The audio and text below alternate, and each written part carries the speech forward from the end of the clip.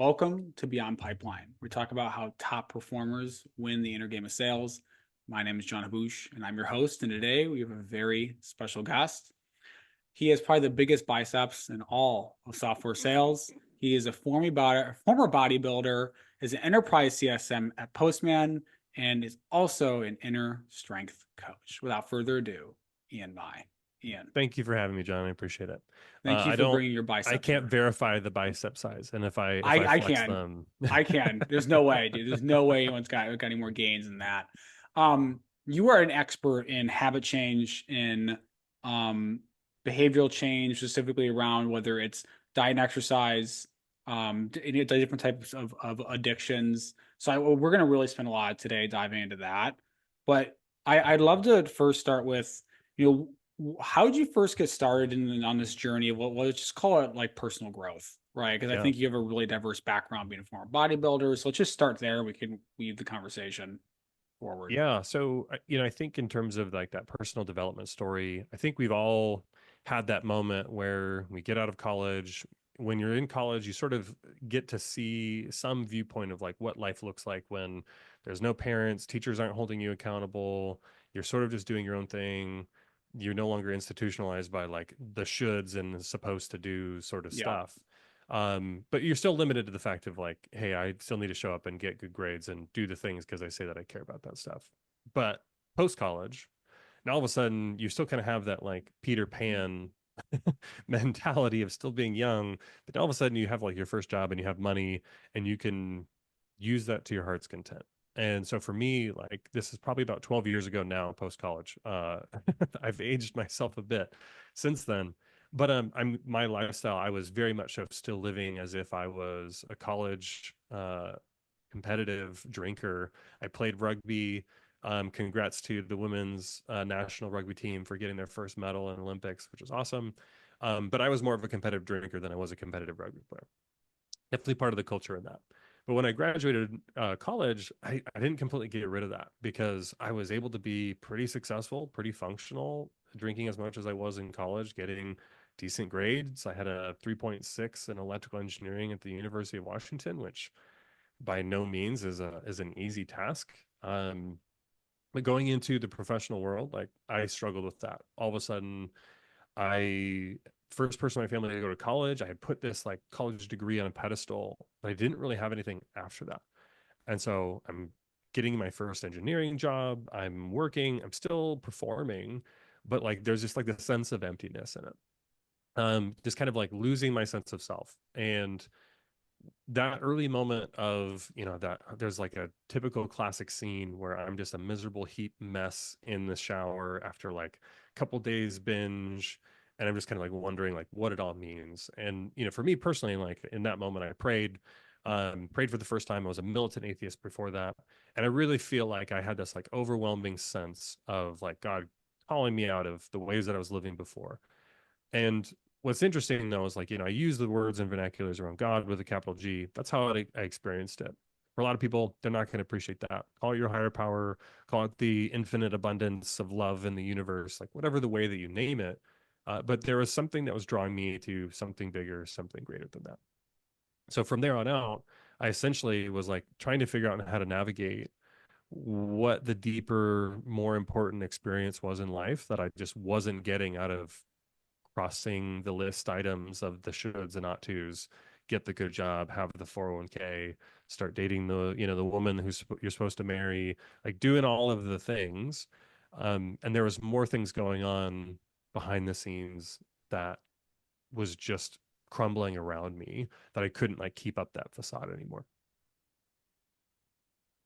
What do you think caused you to you use the words breaking down and keeping up the facade? Like, what do you think caused you to have that moment in the shower where you're like, this is not working? You started Mm. praying. Like, what do you think caused that? So I think ultimately, like anytime that I mean, we as humans in general, like we always feel like we're in control or we want to be in control. And over the course of our lives, we've developed skills and habits that we've been reinforced either by, again, like our parents, our teachers, coaches, adult figures who've like influenced the things that they say are like, oh, that should be your North Star. This is important to you. And like for me, it was these accolades, like getting good grades, being good at sports, being, I mean, even just like showing up to church, even if you didn't really understand any of it, you didn't believe any of it, and so on. Right. And like we all kind of have some sort of those like that list of things that I can do that get me praise, things that I can do to like win the award and the trophies. And like I had done all of the things to like have that external factor. The problem was is I didn't know what of those things actually mattered to me. Like I didn't know what of those things actually like gave me energy Mm, and excited me and like gave me like a sense of purpose and passion and like deep meaning in my life. And so the problem is that like when we sort of just focus on those external variables, the external check boxes that we're going through, we miss the things that like actually really invite a sense of excitement and purpose and like deep connection with like who we are meant to be. mhm. I guess to answer your question though, is that like once you sort of realize that you've been living sort of the way people said you should versus like the way that you like truly feel that excitement, you're burned out. You feel like you have no energy to actually continue to do those things because it's just not actually giving you any energy. It's just depleting you, making you feel less important, which potentially leads to some of those impulsive behaviors like the drinking and the drugs and any number of other things. You know, I talk about in my coaching around pornography addiction and like other things that kind of fill the gap. Impulsive eating, impulsive spending, Amazon purchases being so easy now with an Amazon credit card, 6 months, 0% interest. Like I can do any sort of thing that like fills that gap of that tiny little burst of dopamine, but like not truly connecting with like that deep meaning and purpose that I really care about.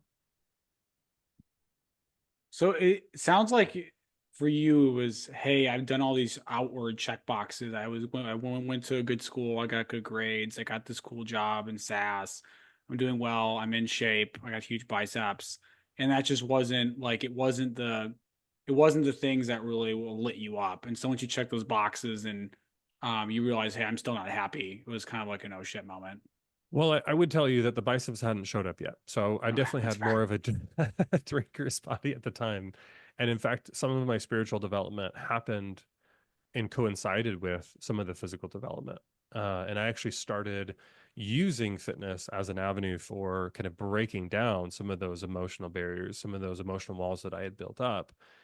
And so, I mean, yes, that can be its own outlet, it can be its own addiction. And there's definitely ways that my physical fitness wasn't always healthy, right? Competitive bodybuilding is not a healthy sport. But there was also some like learnings and understanding that I gained of, again, the habits, things that I said that I cared about, associating identity and our behaviors being focused with our identity. That like I am, hey, I'm the fun party guy. People want to hang out with me when I'm drinking. Like whatever justifications or stories I'm telling myself that keep that same old identity, being able to learn how to recreate myself, being able to learn how to use something like fitness to kind of pull out some of the deep emotional experiences that I've been hiding from, escaping from, that our bodies hold on to all of that. So, like, fitness is actually a tool that we can use to uncover it. So, in the process of me developing biceps and triceps and so on, it's funny that you bring up the biceps because from my own view of my own self, like my biceps are actually the most underdeveloped part of me. That's why I show it off because I could show you the quads and the triceps and the things that have won me competitions, but like the biceps are actually the weakest part or underdeveloped part of my body. It's actually the part that like the judges would tell me I would need to work on that thing. And so like I flex and pose that thing because it's its own show of strength. And like I'm not going to hide behind my biggest weakness and I'm going to flaunt it and I'm going to share it. And like by inviting other people into that as a show of strength, like I can feel more capable, confident, and connected with the people around me. Well, regardless, you still have great biceps. Thank you. What you mentioned something really important though, where you mentioned, hey, I recreated myself, I built a new identity. Can you walk us through how you did that? I know you're in the shower, you say, hey, I need a new life. How'd you begin recreating yourself and building a new identity? And what does that mean? Yeah. So ultimately with when you have that like bottom of the barrel moment, right? When you're just absolutely at your lowest low, what ends up happening is you kind of have that like release of control. I'm no longer going to continue to try to control things the way that I used to. And so part of when I say something like control is that we often try to control things of like controlling risk, controlling fear, controlling the future potential things that could happen with us, right? And so one of the things that we do is that we use the trauma and pains of our past to essentially like predict the potential risks of our future, right? And so part of this process of like changing your identity is being able to acknowledge that like how am I using past trauma to like inform my perception of what the future holds for me. What examples do you have that were really informative for you as you went through that process? Because that's a huge thing you just talked about right there that I've also gone through, and that I think is a big unlock for people. Yeah, what were some traumas you're taking into the present that were informing your life, and what exactly does that mean for people? Like, specific examples. Yeah. So, um, depends on how deep you want to go. So, Let's go. um, I mean, yeah, let's go as comfortable as you feel. But yeah, we can go as deep as you'd like. okay. So unfortunately, like I'm kind of an open book, so I tend to overshare. Shoot. So I'll start with the simplest, right? And for most of us, and this is why like inner child work has become so common and popular, is that typically our sense of safety and security is actually like generated and formed usually by the time we're the age of 7. And so there's actually a lot of social security that we get, familial security, perception of ourselves in the world from some of these early stages. So for me personally, like I witnessed some physical and sexual abuse when I was a very small child. And that formed a huge part of my association with like having to one appear strong all the time, because I was angry with myself for not having the strength to protect and take care of this other person. Second is that like I was so worried that other people would notice my own weakness and inability to be capable. And so like it created a fear of being up in front of large crowds. It created a fear of essentially again like trying to use accolades and trophies as a way to like hide potential things that were wrong with me or that I was struggling with, right? And so for me personally, there's some amount of like one doing the inner child work, which is like going to that past version of myself, developing my own emotional awareness so that I can sit with that version of me's hurt, so that I can essentially be the emotional stability that that version of me didn't have. A Mhm. 6 and 7 year old person or child isn't going to know how to deal with those experiences, what they witnessed, how they go through life looking at those things. And there's a lot of stories that kind of get locked in, right? And so for me, I found that I could make parents, teachers, and authority figures happy with me if I meet their metrics. And so for me, like I obsessed over how to hit all the metrics that I possibly could. I was a class valedictorian. I was a 4 year letterman in soccer, 3 year letterman in football. I had awards for weight training student of the year, physics student of the year. Like I did everything I could to just make this appearance of like I have it all together.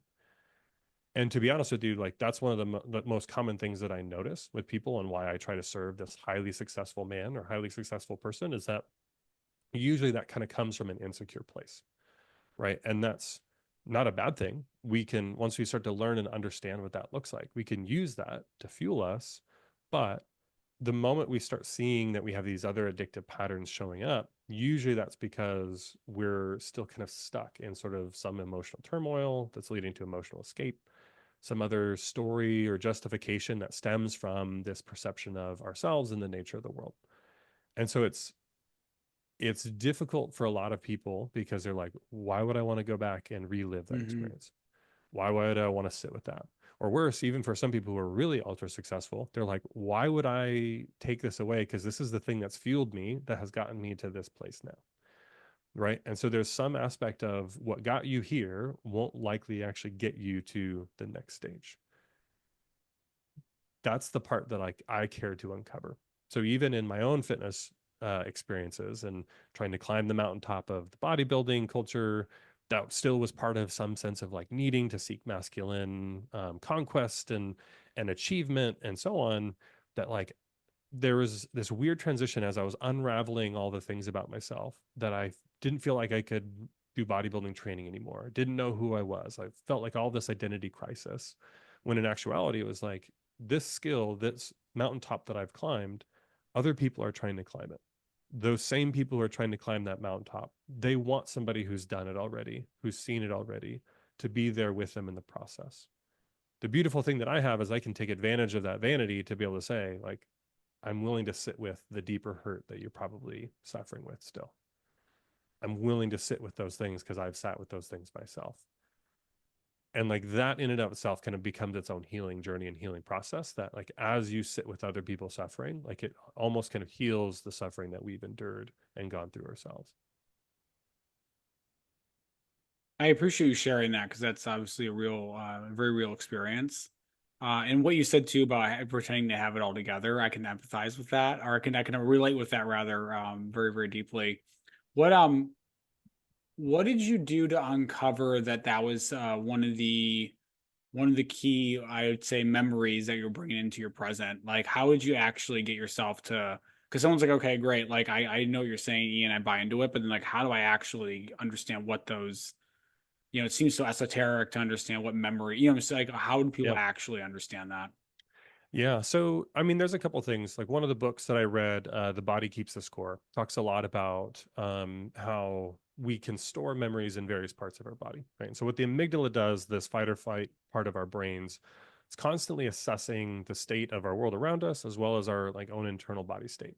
So, anytime we experience some kind of trauma, life threatening event, or perceived life threatening event, right, when it comes to these types of traumas that we're even talking about, the amygdala will essentially like go and look at the state of the entire body and then store all of that.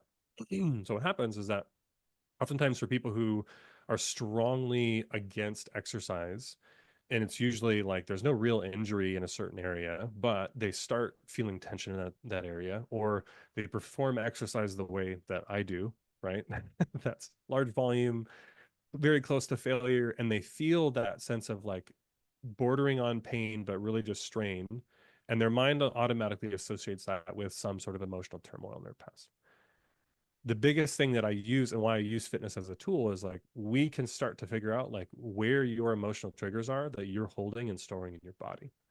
And like that might not be something that we figure out in the weight training room, but as we dig into these questions and these memories appear or they start to occur, and the more we meditate and sit with it, like you can start to ask the question of where in my body do I feel this thing? For me, I feel it in Hmm. my like in this part in my shoulders, in the middle part of my back. Couldn't tell you, explain to you why, right? Because I don't, the memories aren't clear of that. But like in when I'm training and I'm doing a really intense like shoulder and upper back day, like some of those memories will just all of a sudden reappear, and I'll just be this like emotional wreck in the gym. And thankfully, like I have good enough friendships and connections with people in the gym that they're just kind of like, oh yeah, Ian's like going through his shit, and like that's totally cool. Like that's reasonable. Um, and outside of that, so the other part that you even asked about, like how do we uncover that? Get more bored. Like as Oh, I love simple that answer. I love that answer. God dang it, as dude. it's a simplest answer, right? And that's why when we say like, oh, you should meditate more, and what that really is like get more bored. And so like your brain hates boredom, like painfully so. And with the modernity of our world today, we have a lot of ways to avoid and escape boredom. But the more that we invite boredom and like practice boredom, yes, you can do the deep breathing, you can do all that stuff. Like there's a place for that. And we'll dig into even that aspect of it. But even just like the state of getting bored allows your brain to start being super creative to fill the space. So like if it can't consume something to fill the boredom, it will start creating something to fill the boredom. And like for most people, they're like, oh, I don't like hanging out with myself too much. Like I don't like me. And they'll make jokes like that and be very kind of trite about it. But in all seriousness, it's like that's the thread that you actually need to pull on. Like, what's the story that you're telling yourself from that? What's the experience? Because for some people who really feel that intense trauma response, like their body is genuinely recreating all of the chemicals and hormones to like relive that experience. And like until you kind of allow room for that and make space for that, and then use your breathing and your meditation and your mindfulness to be able to say, like, you're safe, you're healthy, you're loved, you're whatever the thing is that kind of counters some of that. Um, like that was in your past, this no longer serves you, whatever that thing is. there needs to be some space for that. And like the best way to do it is to get bored. And I mean, like, I would, even in this room, turn off all the lights and I'd sit in front of this monitor with like just enough light from the hallway that I could see my blurred reflection, and I'd stare at it for an hour with no music, no nothing on, and wait until that blurred vision of me turns into something else. And that might be the younger version of myself that I need to sit with some deep hurts on. Might be the future version of me who's like giving me motivation and helping me like feel pride for the fact, and like thanking me for the work that I'm putting in now. Thanking me for living out the values that I've now clarified and create deeper meaning and purpose. Right. Like that boredom is a useful tool for us to uncover that, and makes way for really kind of escaping our current emotional experience. I want to go back to you. You're in the shower. You say, "Hey, I need to get clarity." So, and then obviously you start to, sit. So I imagine sit with yourself. Like, what are some other things you did, like climbing out of that moment, um, to be able to get to where you are today? Like, what were some of the key stepping stones or milestones for you that someone else who's listening to this, who might be in that moment or close to it, could latch on to, keep making progress in their life in the direction that actually matters for them?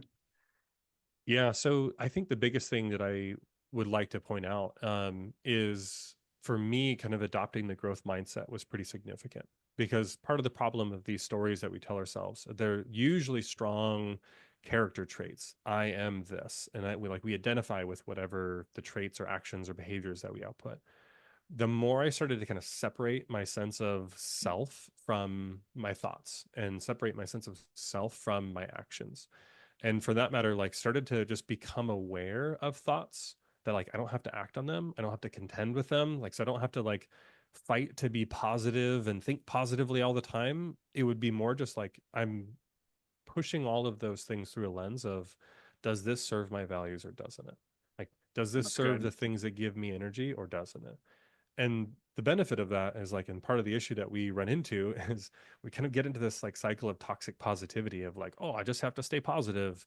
And, I'll be like, oh, I'm positive that this will work out, this deal will close. And then my brain will be like, well, it doesn't always. Remember that time it didn't close? Remember that time that you actually had clawback because you had to pay money back to, your sales organization because they'd given you a draw for this period? Like that, oof, it doesn't always work out. Like this toxic positivity, right? Your brain keeps track of all of the speed bumps and hurdles that you run into.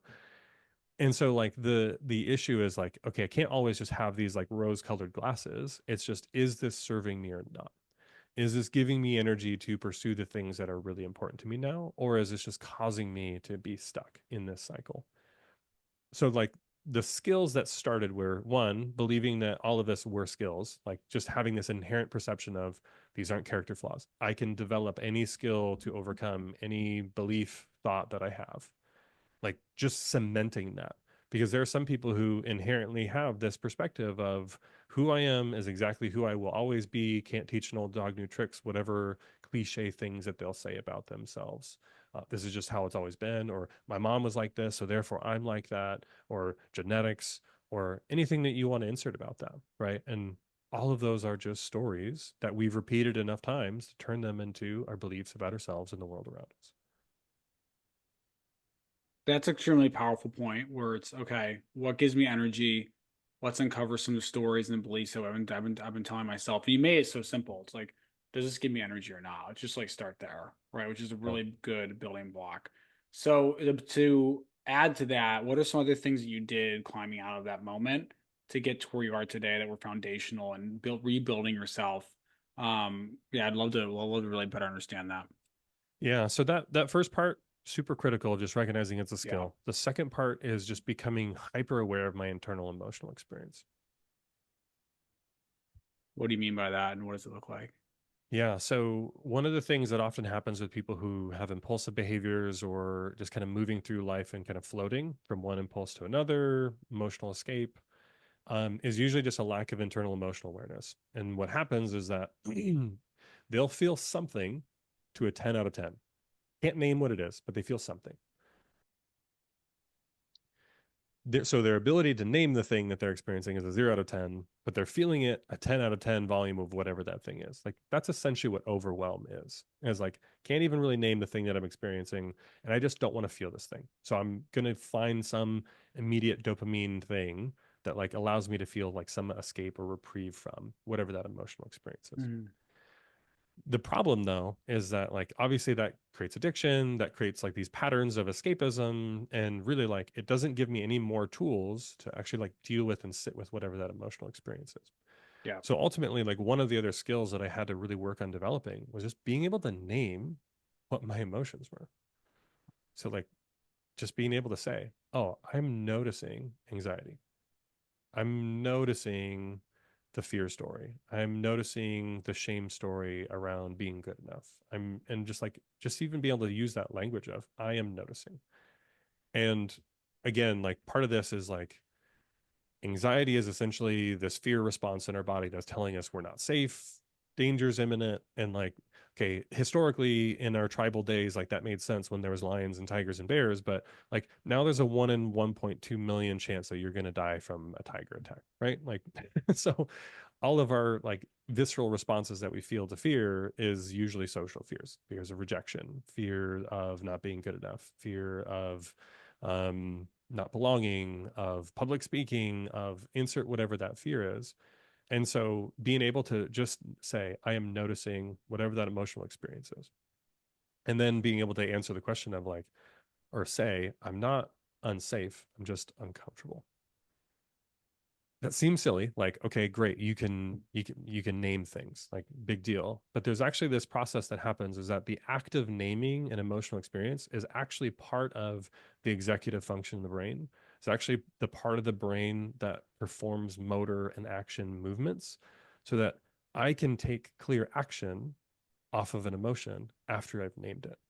So rather than my amygdala, this autonomic like response in the brain that's all just like chemical lizard brain wiring, I can actually respond to the emotional experience. I can actually take reflexive action rather than just this like chemical, bomb that's gone off in my head.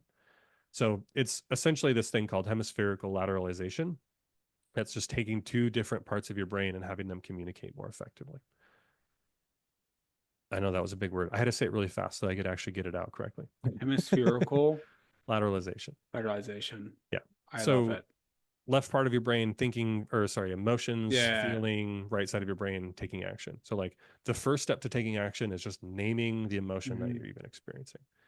Most people don't have very good language for what their emotional experience is. Like they'll usually only have the like fear, anger, hunger sort of like basal functions, and anything in between is just gray area that they don't know how to name. There's a lot of good literature out there to kind of help you navigate that, to create more language. Like those are tools to help you be able to share your experience.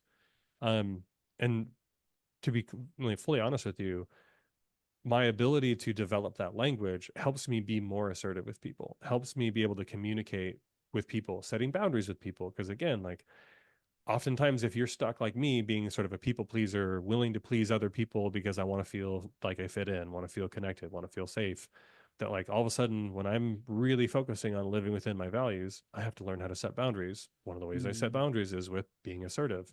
Hey, when you said that, like I know that I used to laugh about that in the past.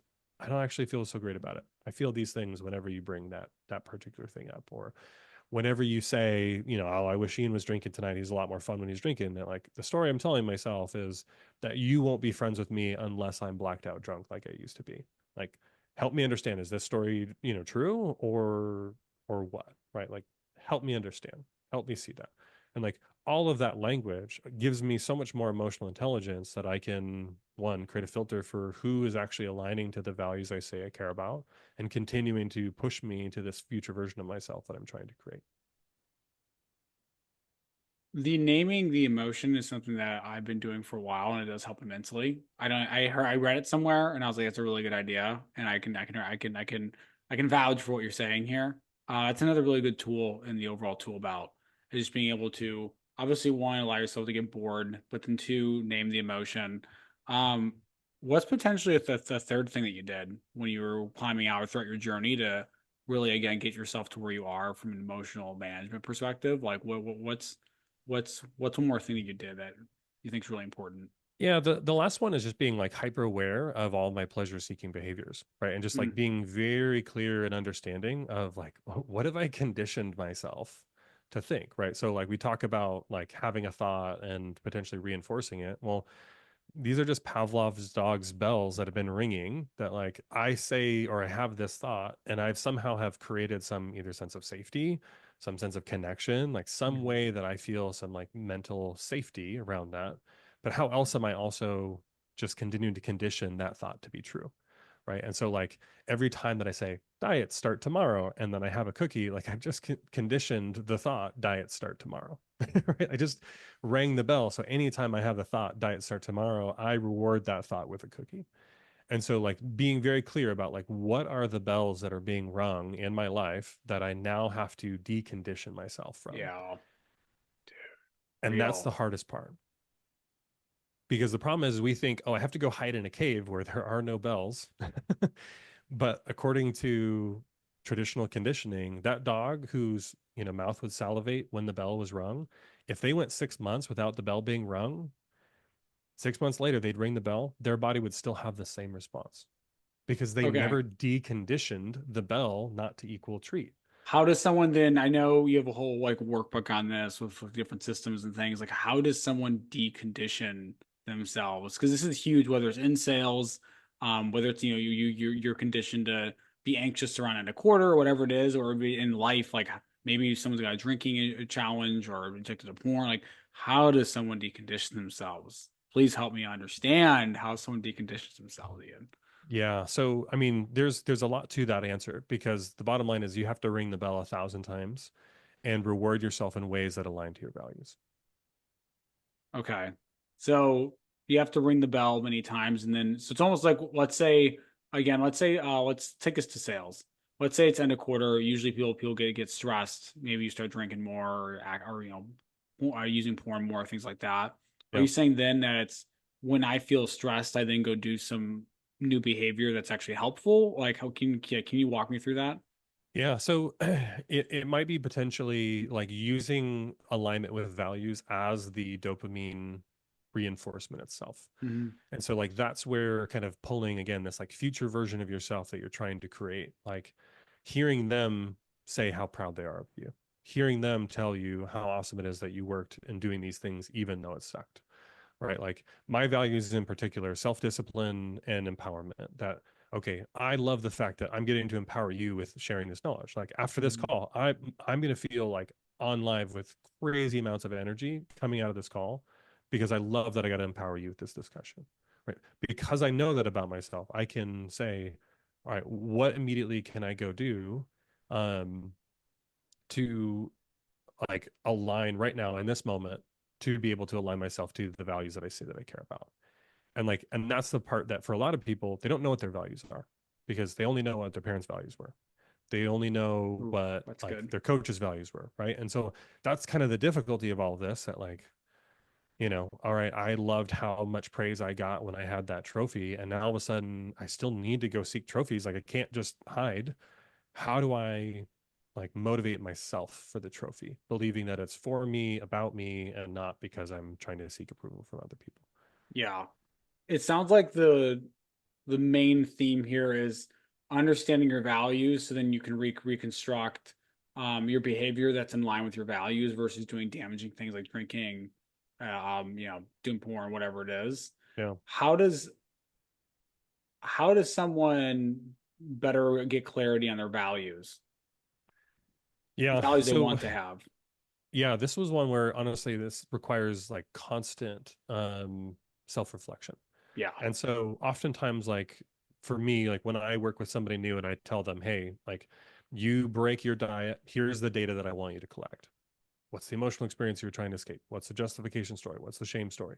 Oftentimes, you can actually start to peel out some of what your values truly are based on that justification, right? So, like as an example, oh, I scuffed on my diet because I know my kid's not going to eat the chicken and rice that I cooked or whatever the meal is, and don't feed your kids chicken and rice. That's boring and plain. You can get more interesting than that, but you associate the fact that like because your kid's not going to eat it, you can't cook that healthy thing for them. And so we went and got pizza instead, right? And so like, okay, so I can see that like you do value how you show up as a parent. Like there's something about being a family man, being a family, mother, like being family oriented that is important to you. So I have to figure out how do I like reframe the behavior that more strongly associates it to the values that you say that you have. Like I want to learn this skill because I know that my daughter is more likely to be healthy for the majority of her life if we just do these things. Like if we just adhere to these behaviors and these beliefs. So like I'm now like refocusing and rethinking about if my daughter was 35 years old about to turn 36 and I want her to be as healthy as possible, how am I going to live to ensure that she sees that and helps like solidify that for herself? Reframed it, right? And so like sometimes doing collecting the data on what the justifications are, sometimes collecting the data on the shame story can start to illuminate a little bit of what our values are, like things I don't have to be told to do, things that I feel more energy afterwards than I did before. Yes, that's so fire. You just deconstructed something. I think it's um a simple but very challenging thing because it can feel really complex. It's just like know what brings you out, know what brings you energy when you just do it on its own. When you don't do something, understand what caused it from an emotional perspective, and you're like most of the way there, really. Like that was really fire. I really love that you were able to deconstruct that. Yeah. I mean, the interesting thing though about again, like dopamine and pattern reinforcement is that like the ringing of the bell, it can be the thought that you have. It can even be the like visceral experience in your body. Cause like your body will say, all right, I'm pulling up the map of all of the little trails that I have in my brain for like where I can find this like pleasure pool, safety pool, satiation pool, whatever that is. And like part of that is I can reinforce the visceral experience. So like after I say no to the cookie, my brain's like, well, I'm going to invite all of the thoughts that get me to the cookie.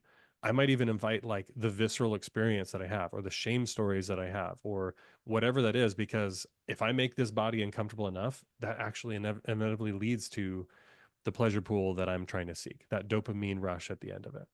And so, like, that's kind of part of the difficulty of you have to start creating really clear alignment to your values, that like future version of you that you're trying to create. Mm-hmm. Because typically there's like a 90-day period where your body is not giving you dopamine for very much, except for these like really strong dopamine spikes. And that's where like those addictive behaviors really become the most pertinent for me when I was at my worst with my porn addiction and like again after uncovering the alcohol and so on, like this was like the last thing that I was still sort of holding on to because of the justifications I had around it, the shame stories I had around it, like all of those things, that like there was this 90-day period where there's not a star in the sky for you. Like Yeah. there's everything feels cloudy. You feel dull. You feel sort of just blah all the time because your body's just hasn't come back to baseline for dopamine. So like one, again, this is a skill, my ability to sit with this discomfort, not having to like apply reasoning or whatever behind it, but then also being able to very clearly align the future version I'm trying to create. Who am I going to serve? Like for me, again, empowerment. Like who else can be served by me learning this thing? How can I sit with this emotional experience? And then on top of that, like recognizing it's part of the process. I'm not going to feel like this forever. I'm not going to let that story telling me like you will always feel dull. You will always feel this blah. You'll whatever the rest that comes up, right? And so, and I know I'm being very verbose about this, but like this is the part where typically people, when they're motivated, they'll last 30 days with whatever their new behavior is. If they've built some really good systems, they'll last 60 days.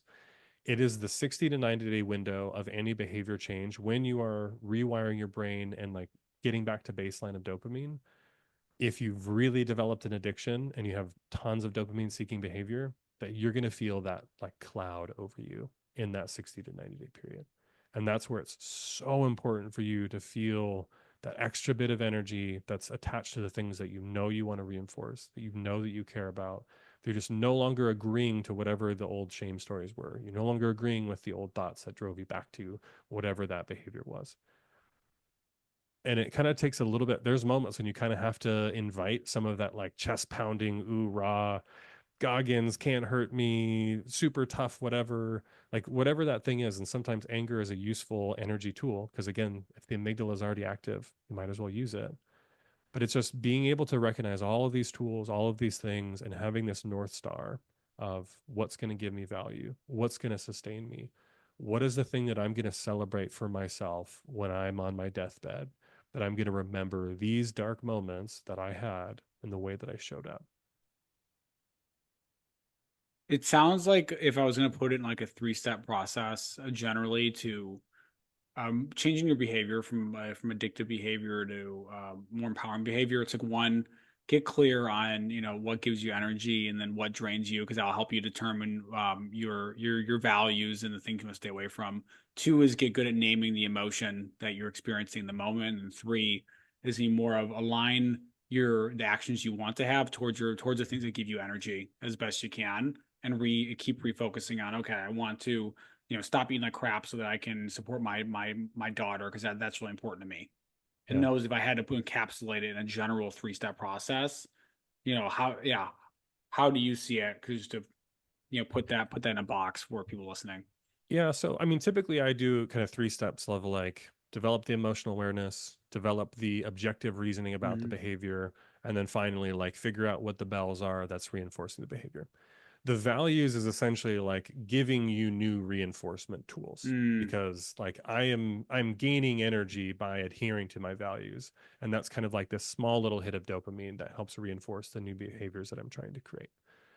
In terms of like the future vision, right? Like there's some very clear things that I have. Like 90-year-old me, I want 90-year-old me to be able to pick up his great granddaughter. Well, in order for 90-year-old me to be able to pick up his great granddaughter, he's got to be able to have a healthy VO2 max. So I need a healthy heart. He needs to be able to pick up a 30-pound kettlebell front squat. Well, in order to do that, I have to like work backwards from how much muscle decay I'm going to have. So I need at 60 years old to be able to do an 80-pound kettlebell front squat.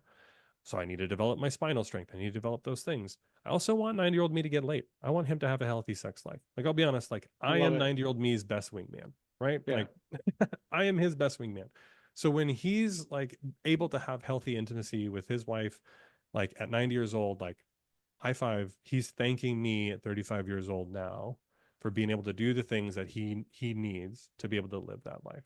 And like the more clear I develop that Yeah, that picture, clarity. Yeah. the more I feel that praise every time I align to the behaviors. Because I'll be honest, I don't value health. I really don't. Like, you don't step on stage as a bodybuilder to try to get to 5% body fat and saying, like, oh, this is extending years of my life, because it's not. So I have to like reframe what health means to me for the things that I do care about, the intimacy with my wife, the ability to be the family man that I say that I care about. There's some other aspect too of like, who doesn't love that spry 90-year-old man who's still like at the gym doing the things that, like, doesn't matter how Yeah. much muscle he's carrying, the 300-pound lean bodybuilder is still like, dude, you are an inspiration to me. Right. And like, that is empowering. I love and I'm excited for like that part of myself that I'm manifesting right now. That is only going to happen if I put in the work now, I stay consistent, I build the habits and routines that are going to consistently get me to that vision. That's sick. I love that. That's our response. So how have these behaviors for you helped you as a sales rep and a sales manager? How these helped you? Maybe just one or two quick ways, but I want to bring this home into where sales reps, people listening here, live. And then we can wrap things up. But yeah, how has this stuff helped you in your overall sales life? Yeah. So, I mean, for me, when I was actually competing as a professional bodybuilder, I was still working the sales floor. I was doing cold calling outbound, working a deal pipeline. At one point, I had like a $3 million number that I had to hit. And what was interesting is that, like, for most people, the usual justification of not exercising, not working out, not eating healthy is because, like, oh, I'm too busy. Like, I've got too many things I'm Mm, worried about. Right. And I would actually, the opposite would be true for me. That like the more focused I was with the time I was spending in the gym, and the more focused I was with like planning and like planning all of my meals for the entire day, that focus actually carried over to a lot of the other stuff in my life. That I was more focused in my love it. job, more doing the things that I said that I care about, right? Because again, like I'm having to figure out like what values do I have? One of them again being self-discipline. That there is some benefit of me like aligning to myself to the hard work and to like not shying away from the hard work. Not shying away from again potentially the thing that might lead to a trophy that I've Yeah. consistently seemed to care about, but like being very clear about what it represents. and like obsessing about the process. And so like we've talked about all these processes for uncovering the things that we care about, focusing on these things. Like all of this is a process. And like the more that we look at our sales motions as a process, you and other influencers right now like are doing a really good job. Things I didn't have 10 years ago when I started in sales, for understanding the process. Like all I cared about was just like being buddy buddy with people and being technical enough to speak to engineering leaders when they were buying software. Like that was it. I wasn't digging into the nature of the deal, digging into the habits and the routines and planning for the failures. Like I wasn't doing any of that. So like oftentimes I was kind of riding from the roller coaster, the emotional wave of sales, because I was just living and breathing for every deal to close. And you and I both know 90% of them won't. 90% or 98% of the conversations you have aren't going to lead to that like signed on the dotted line. So you kind of have to like plan for the failures and plan for that stuff. So as you kind of develop these habits of recognizing everything has a process, everything has a plan for the failures, plan for things to suck, plan for that dark cloud to be over your head, and how do you continue to align the things that you care about despite insert life circumstances, despite the fact that my brain's not telling me this is all hunky dory all the time. I've already told myself it doesn't have to be all hunky dory all the time. That's part of the process. I'm agreeing with it. And in fact, the more I celebrate the fact of this sucking now actually means I'm more closely aligned with the things that I say that I care about. Beautiful.